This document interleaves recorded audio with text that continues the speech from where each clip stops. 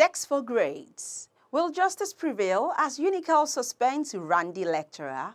Hello everyone, welcome to The Verdict on AN24 TV. My name is Temitayo Peters.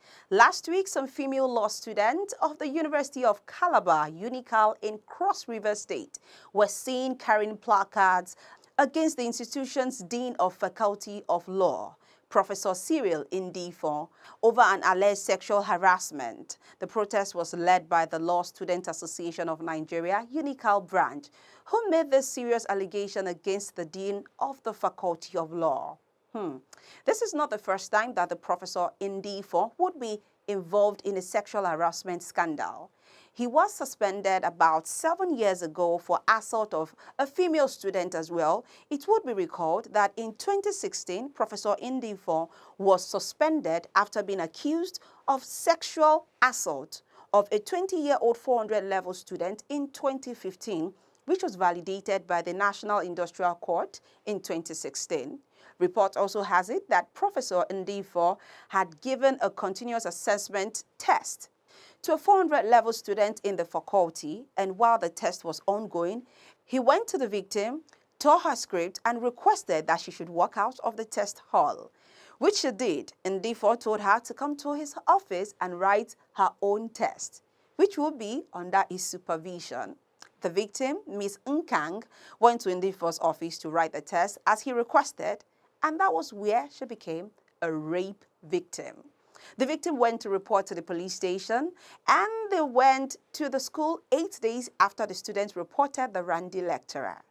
The matter was taken up by the school management after Nkang's parents wrote a petition to the Council of Legal Education and dropped a copy of the petition with the Vice-Chancellor with the State of the University of Calabar. They also deliberated on and suspended Professor Ndifon from all academic and administrative activities.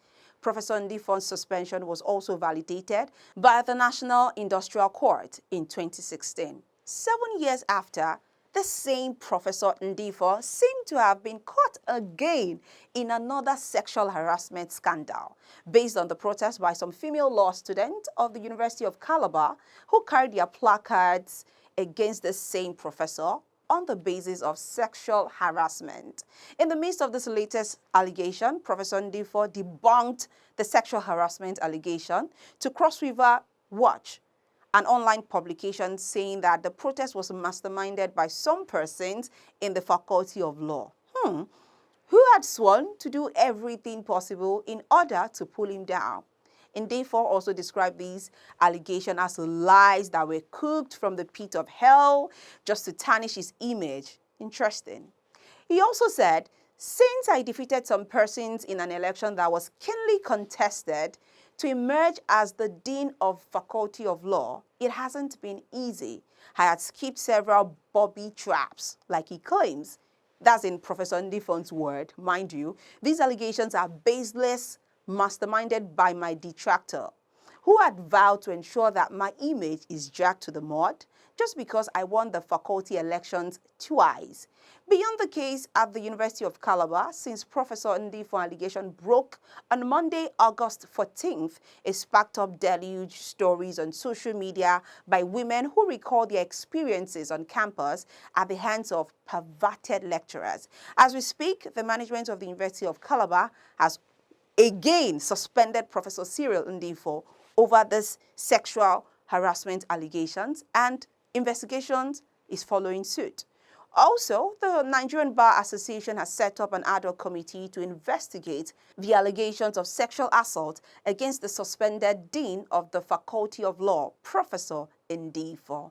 We need to ask ourselves some important and quintessential questions. And here are the questions. Is suspension just enough for Professor Ndifon? It happened in 2015, and the same allegation is repeating itself in 2023. Number two, how do we deal with sexual abuse that has bedeviled our university system? 3, will the law take its course? Will the law really take its course this time around? 4, will the victims of Professor Cyril get justice? because we don't have the aftermath of what happened in 2015, and this is 2023.